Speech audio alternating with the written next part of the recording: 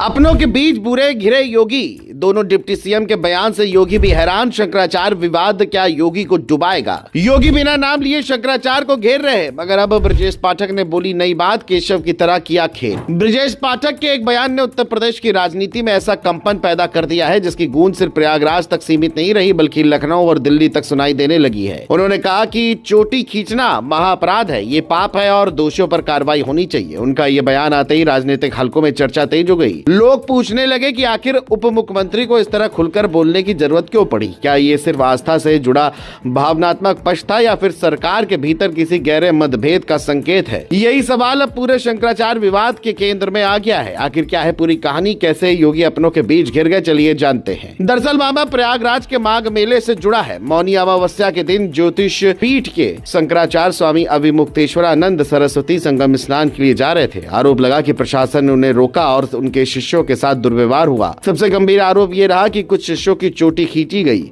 ये खबर सामने आते ही संत समाज में नाराजगी फैल गई। शंकराचार्य ने इसे सनातन धर्म का अपमान बताया और सरकार पर तीखे शब्दों में हमला बोला। उन्होंने यहाँ तक कहा कि धर्म के साथ अन्याय हुआ है। योगी ने विधानसभा में इस मुद्दे पर अपनी बात रखी, लेकिन उन्होंने किसी का नाम नहीं लिया। उनका जोर कानून और व्यवस्था पर था। उन्होंने कहा कि संविधान सबके ऊपर और मेला प्रशासन नियमों के तहत काम करेगा। उनका संदेश साफ था कि कोई भी व्यक्ति नियमों से ऊपर नहीं है। योगी का ये रुख प्रशासनिक शक्ति का संकेत दे रहा था, लेकिन यहीं से सरकार के भीतर सुर अलग अलग सुनाई देने लगे। उप मुख्यमंत्री केशव प्रसाद मौर्य ने शंकराचार्य को पूज्य बताते हुए उनके सम्मान की बात कही और अपमान की जांच की मांग की। उनका लहजा नरम और संतुलित था। इससे लगा कि वह संत समाज की भावनाओं को प्राथमिकता दे रहे हैं। इसके बाद ब्रजेश पाठक का बयान और ज्यादा स्पष्ट और भावनात्मक था। उन्होंने कहा कि अगर बल प्रयोग करना था तो अलग तरीके से किया जाता, चोटी खींचना गलत है। इस बयान ने यह संकेत दिया कि सरकार के भीतर इस मुद्दे को लेकर अलग अलग राय है।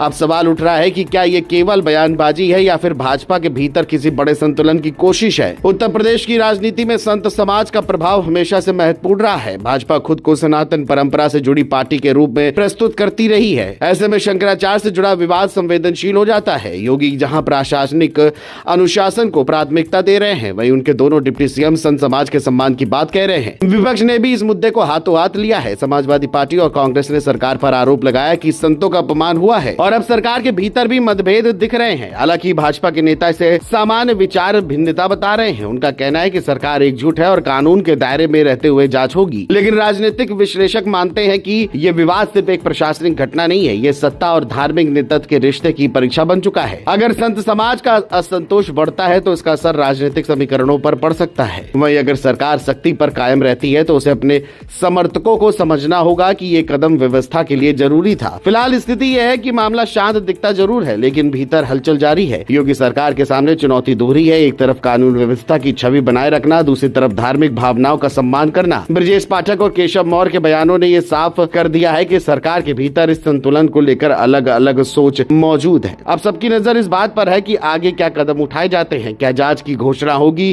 क्या संत समाज से संवाद बढ़ेगा या फिर सरकार सख्त रुख पर कायम रहेगी? शंकराचार्य विवाद ने ये जरूर दिखा दिया कि उत्तर प्रदेश की राजनीति में धार्मिक और प्रशासनिक सवाल जब टकराते हैं तो हलचल गहरी होती है। अब आने वाले दिनों में ये तय होगा कि तूफान थमता है या फिर सियासी असर